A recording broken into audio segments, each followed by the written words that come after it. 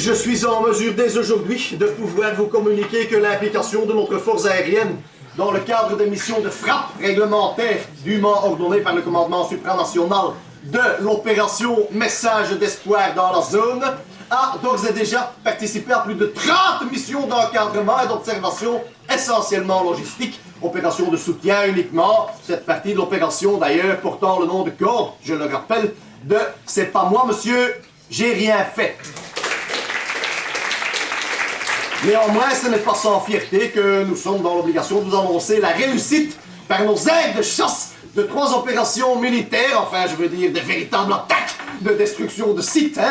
Cependant, nous pouvons le certifier, ces sites étaient des objectifs purement militaires, méchants, sans personne dedans depuis des années. Les bâtiments étaient plutôt laids, tristes, défraîchis, et leur démolition programmée pour le mois prochain, ce qui fait que, d'une certaine manière, nous pouvons dire, sans trop nous avancer, que nous avons donné un sérieux coup de main à l'ennemi, enfin à la partie adverse, c'est la nouvelle manière de désigner l'ennemi, la partie adverse. Quant à la nouvelle, selon laquelle 2 vaches auraient décédé des suites de blessures causées par nos roquettes, une commission étudie en ce moment même l'opportunité d'ordonner une enquête sur le terrain de manière à établir de manière claire autant qu'impartiale la répartition des torts et l'établissement d'un montant de compensation, le cas échéant.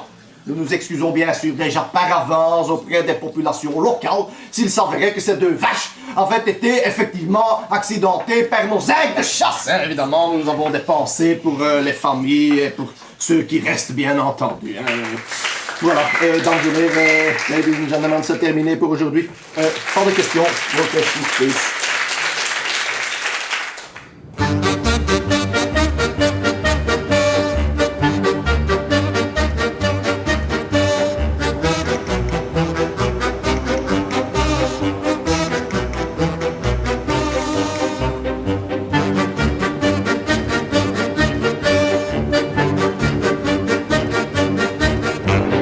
La région wallonne et moi-même ne pouvions que nous inscrire dans ce large mouvement de solidarité pour soutenir les gens de la crise qui se passe. Nous tenons à signaler par là même que l'Europe du cœur existe. Je pense que la Belgique et le peuple belge l'a prouvé, son cœur généreux et grand.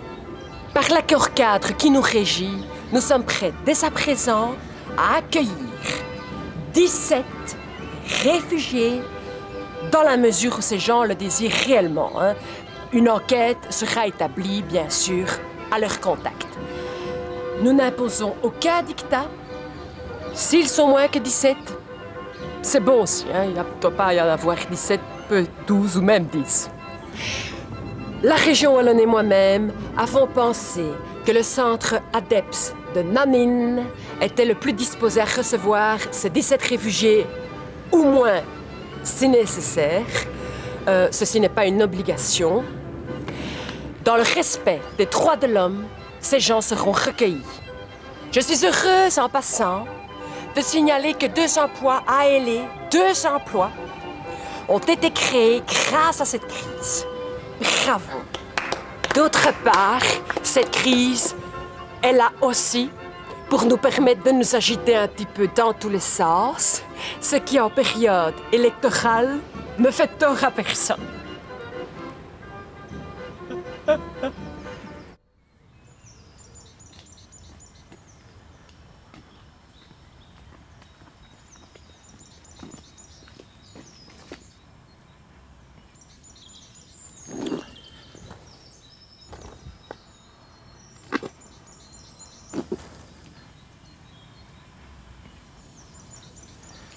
Pas bon, hein, je vais pas centrer.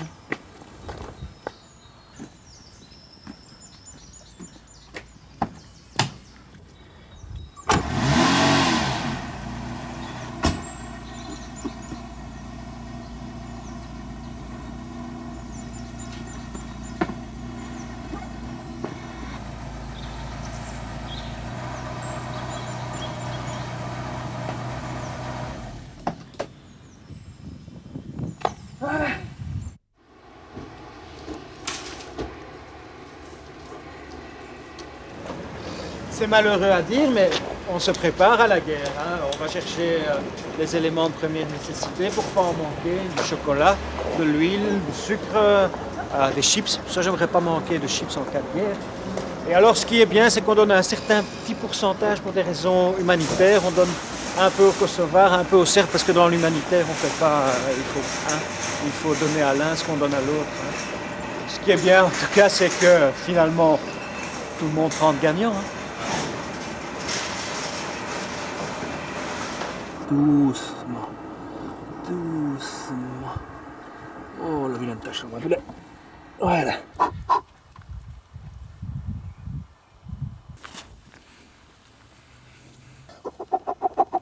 Voilà.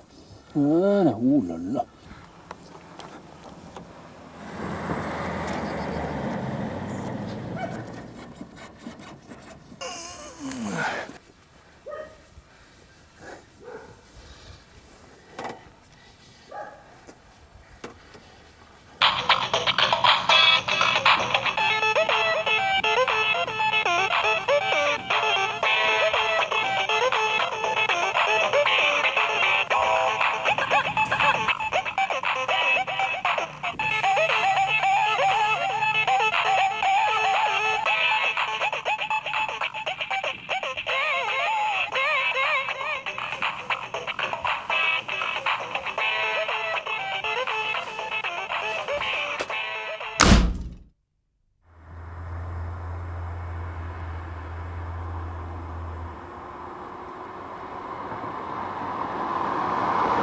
Mais je sais pas, Jean-Loup, moi je suis pas dans le car qui les amène, quoi.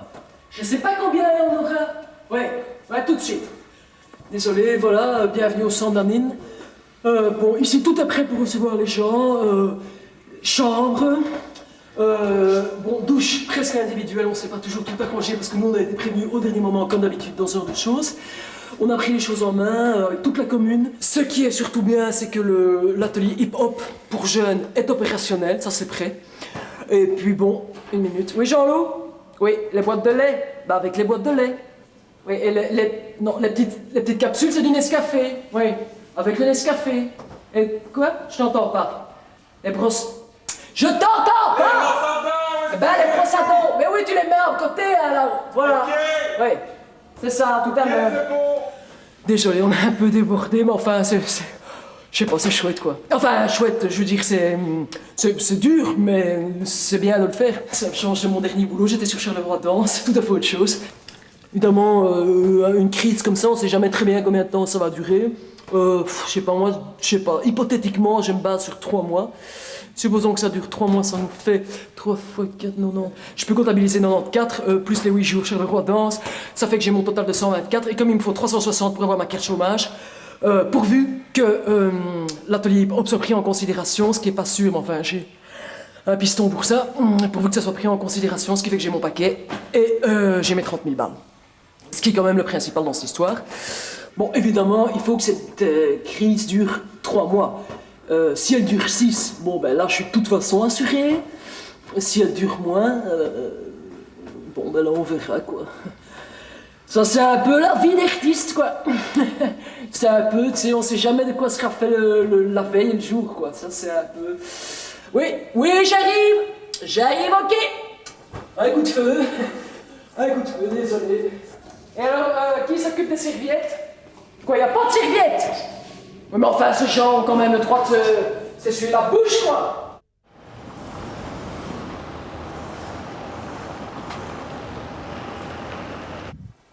Oui, moi je suis chargé de suivre la crise, hein, et c'est bien. Pour le moment, c'est bien parce qu'on fidélise, on fidélise un maximum. Il faut se dire que les crises et les guerres, c'est toujours des occasions pas bénies pour nous autres. Question de fidéliser l'électorat, le fixer si vous voulez, parce que en Belgique, on manque terriblement de ces thèmes fédérateurs, quoi, des trucs qui nous forcent un peu gagner notre vie, il faut bien le dire. Moi, je dis toujours, en Belgique, ce qui nous manque, c'est un Le Pen. Enfin, une crapule ignoble, genre Le Pen.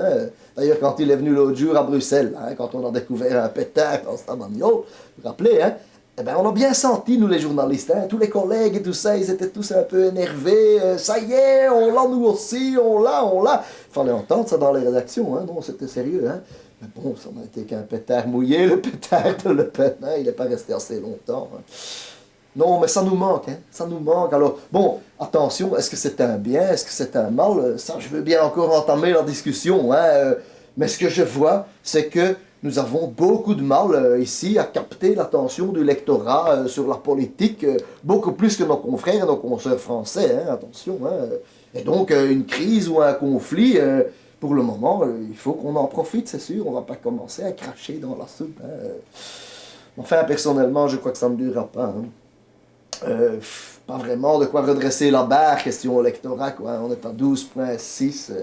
Il nous faudrait peut-être 12,8 ou aller jusqu'à 12,9. Et bon, si le conflit s'étend, prend un peu d'ampleur, alors on peut espérer, mais pour moi, rien n'est moins sûr. Hein.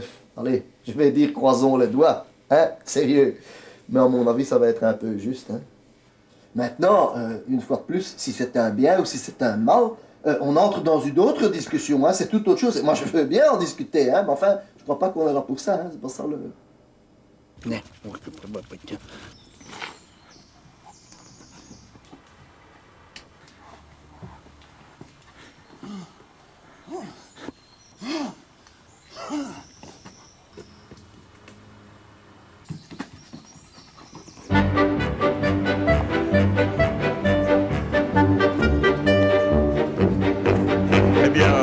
Je dois dire que nous sommes ici en Nanine un petit peu sur le pied de guerre, sans jeu de mots, mais enfin tout est fin prêt, je crois, pour recevoir donc les 17 réfugiés potentiels et y compris donc les 2 emplois créés pour l'occasion. C'est vrai qu'une grande chaîne de solidarité s'est développée dans la commune de Nanine, mais non seulement en Nanine, mais dans toutes les communes avoisinantes. Je dois dire qu'à Herbeux, Monthoufet, Givroul, ils n'ont pas chômé, sans jeu de mots. Nous avons récolté à ce jour 16 couvertures bien chaudes et du Nescafé. Je tiens à remercier d'ailleurs le star de Givroul qui nous a prêté 4 cardises pour pouvoir organiser le transport du Nescafé dans d'excellentes conditions. En tout cas, je puis vous dire que l'accueil des réfugiés motive à fond les jeunes de Nanine. L'atelier hip-hop créé pour l'occasion. L'atelier hip-hop créé pour l'occasion fonctionne déjà à plein régime. Nous verrons en l'usage l'ampleur de la tâche que constituera l'afflux de ces pauvres gens. Mais il est d'ores et déjà question, nous en avons parlé au collège, qu'un 3e emploi, croisons le doigt, soit constitué à l'occasion donc de cette crise. L'occasion, faisons le larron, sans jeu de mots facile, bien entendu. Cela dit, ce 24 courant aura lieu une soirée Zizi Coin Coin, à laquelle, bien entendu, toute votre équipe est cordialement invitée. Hein, n'est-ce pas, à bonne franquette, il y a un jeu de petite vodka pour vous. Vous êtes vraiment invité, hein? Oh, il y aura de l'ambiance, hein?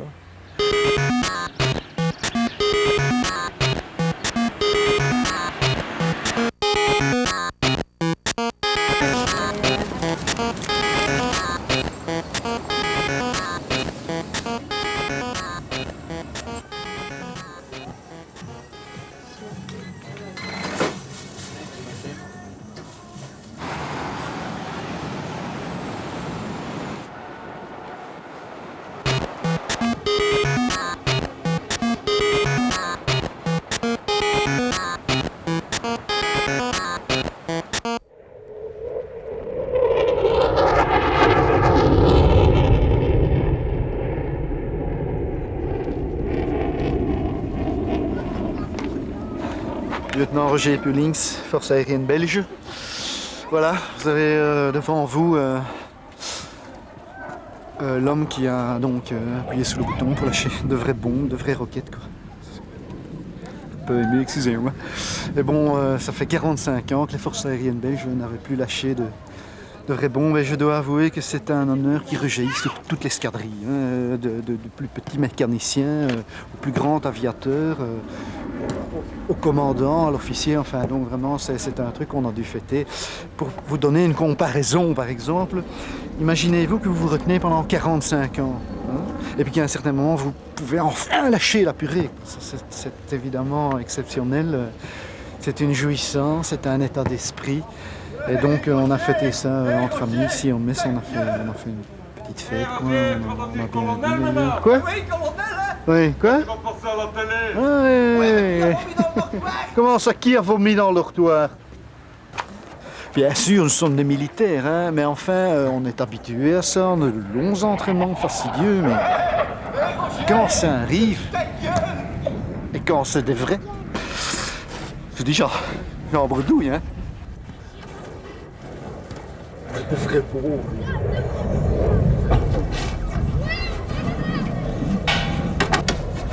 Vrais, hein, des vrais, hein. Des vrais bombes, hein.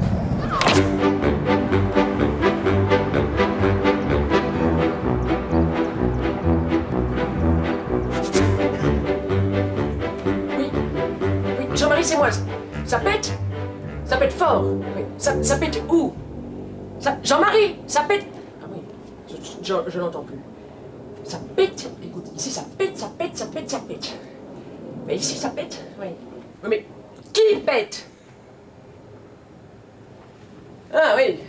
Non mais j'imagine comme ça pète de tous les côtés, on sait jamais très bien d'où ça vient. Hein. Mais comment je vais transcrire moi ça? Qui pète? C'est tout à fait extraordinaire. C'est un drame humain extraordinaire. Enfin, pour nous, en tant que journalistes, évidemment, c'est quelque chose de très fort. Comment vous dire, une guerre sur l'échelle de Richter des événements médiatiques, c'est quand même boum, badaboum. On ne peut pas rêver mieux, l'orgasme. Alors je suis contente, très contente. Ça ne se voit pas, normal. Nous avons suivi un stage de mine concernée chez CNN. Dur. Très dur. Mais enfin, je pense que ça fait son effet, non? Qu'est-ce que vous en pensez?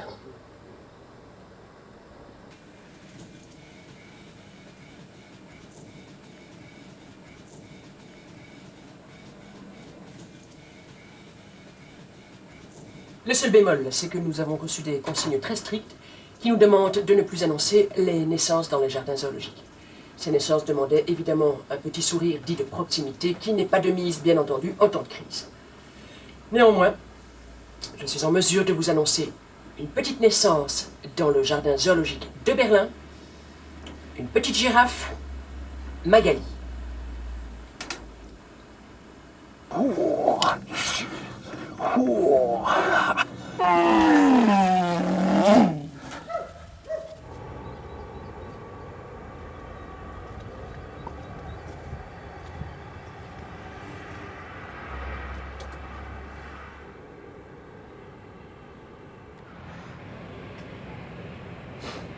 Iodure de potassium. Notice d'information destinée à la population. À prendre uniquement en cas d'accident nucléaire et sur ordre des autorités. Introduction. En cas d'accident survenant dans une installation nucléaire, des substances radioactives peuvent s'échapper dans l'atmosphère. Un nuage de poussière et de gaz radioactifs peut se former et être entraîné par les vents, parfois à grande distance de l'installation. La première mesure de protection pour la population vivant dans le voisinage est d'éviter autant que possible l'exposition aux composés radioactifs en restant à l'intérieur des habitations ou des bâtiments, portes et fenêtres fermées et à l'écoute des communiqués diffusés par les autorités via la radio et la TV. Mesure dite de mise à l'abri. Le nuage provenant de l'installation peut contenir, entre autres produits, de l'iode radioactif. La présence de cet iode radioactif constitue un risque pour la population parce qu'il peut s'accumuler dans la thyroïde, y rester longtemps et donc irradier la glande thyroïde. Il faut enfin savoir que ces comprimés n'ont pas d'effet protecteur contre les autres substances radioactives présentes dans l'environnement. Il faut donc encore rester à l'intérieur, même après avoir pris de l'iode et suivre les communiqués officiels diffusés par les médias. Pourquoi est-ce que vous me faites lire ça?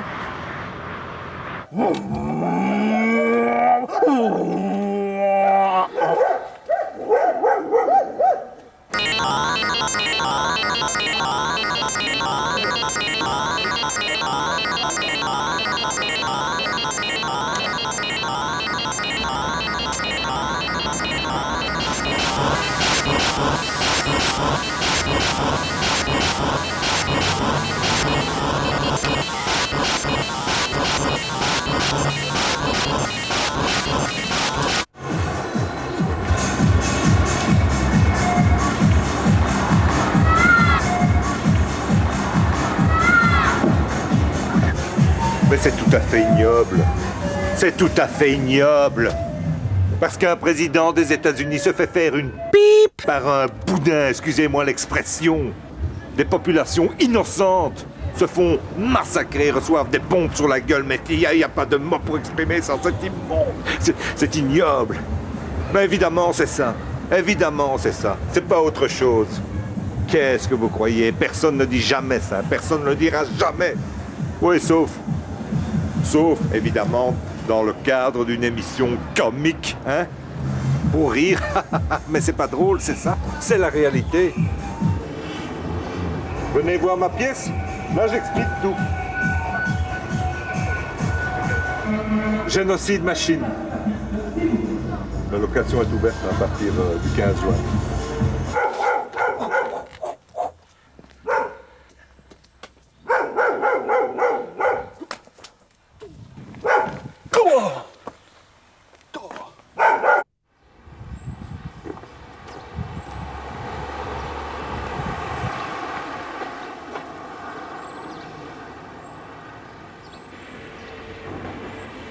Monsieur, comment est-ce que vous prenez l'arrivée des réfugiés à Nanine? Bonjour. Comment nous recevons la nouvelle de l'accueil des réfugiés ici à Nanine? Oui. Bien, monsieur, très bien. Nous sommes très contents. Nous sommes très, très contents. C'est une très bonne chose. Enfin bon, c'est triste. C'est triste pour ces gens-là, évidemment. Ça ne doit pas être très, très drôle de se faire massacrer. Mais pour nous, ici, c'est une bonne nouvelle parce que pour les commerçants, nous espérons un petit plus, évidemment. Hein. Nanine n'est pas une très grande entité. On a bien un petit peu de passage en été, mais ça ne suffit pas toujours. Donc, avec cette arrivée de réfugiés, nous, on espérait un petit plus. Et puis, avec ma femme, ça tombe plutôt bien parce qu'on vient de terminer la quinzaine du Polycroc. Et je vous avoue bien qu'on n'avait plus vraiment beaucoup d'idées pour la suite. On a bien essayé une semaine du cerveau-là, mais c'était des idées qu'on a déjà eues. Boum, badaboum, tout à coup c'est la guerre, tout est chamboulé. C'est une espèce de challenge, de remise en question. Pour nous, il faut assurer des choses qu'on n'avait pas prévues. Et je vous dis que c'est une très bonne nouvelle. Pour nous, c'est une très très bonne nouvelle, oui. Vous êtes inquiet? Inquiet? Oh non, pas du tout. Pas du tout. Non, pas du tout. Le bourgmestre a encore dit la semaine passée, au collège, à la réunion, au conseil communal, il a dit les réfugiés ici seront très bien reçus à Nanine. Seront très bien reçus, mais dans le cadre du périmètre du centre de l'ADEP. Ça, il ne faut pas non plus commencer à outrepasser. Alors, nous ne sommes pas inquiets de tout. Et tout ça, évidemment, dans le respect aussi des droits de l'homme. Ben, bonne chance, alors. Oui, monsieur, pareillement, mais... Dites, ça... Entre nous, comme ça, parce qu'on n'est pas toujours très très bien. Les réfugiés qui viennent ici, ce sont des Noirs. Ce ne sont pas des Noirs. Non, ce ne sont pas... Ce sont des gens comme nous. Enfin, des gens comme nous. Ce ne sont pas des Noirs, hein. Non. Janine! Janine, ce ne sont pas des Noirs, hein? Les réfugiés qui viennent, ce ne sont pas des... Ben, demande à monsieur. Hein? Ce ne sont pas des Noirs, non. Ma femme, elle est un petit peu inquiète, c'est normal. Hein? Il me semblait pourtant que c'était des Noirs, c'est eux.